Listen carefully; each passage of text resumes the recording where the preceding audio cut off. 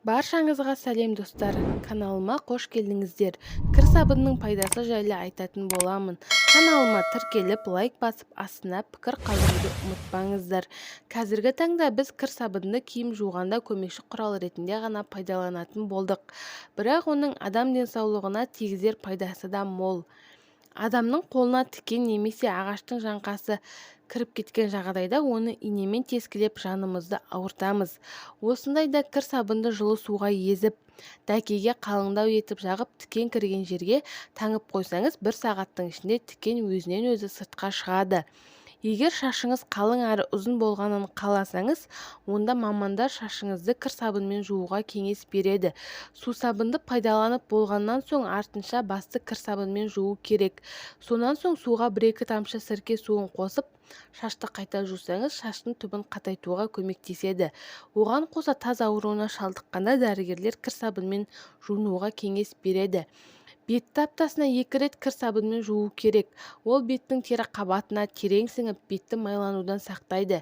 Кір сабынмен жуынғаннан кейін артынан балаларға арналған крем жағуды ұмытпаңыз. Моншаға суды ұнататындарға кеңес. Буға түсерде сыпырғыны кір сабын салынған суға батырып қойса, теріңіз тазарып қана қоймай, денеңіз сергіп қалады. Сулы бет орамалды кір сабынға үйкеп, ащы иісін 5-10 минуттан күніне 3 рет иіскеп тұрған адам тұмауынан айығады. Іріңдеген жараларға сықпа майын жаға бергеннен кір сабынның көмегін пайдаланған да пайдалы. Көгерген, жарақаттанған жеріңізді кір сабынмен жусаңыз, жараны асқынуынан және микроб суынан қорғайды. Жараның бетін күніне 2-3 рет жусаңыз жеткілікті. Күйіп қалған жараға сабынды езіп жақсаңыз, ісікті қайтарып, ауырғанын басады. Ит тістеп алған жағдайда қан тоқтағаннан кейін жараға сабын ертіндісіне малынған дәкені басыңыз. Құлап қалған жағдайда дереу кір сабынды жағыңыз. Ол көгеруден сақтайды.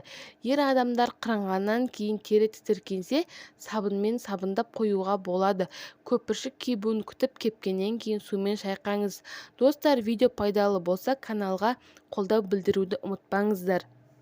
Каналыма тіркеліп, лайк басып, астына пікір қалдыруды ұмытпаңыздар. Қазақша контенттің дамуына өз үлестеріңізді қоса отырыңыздар. Сау болыңыздар.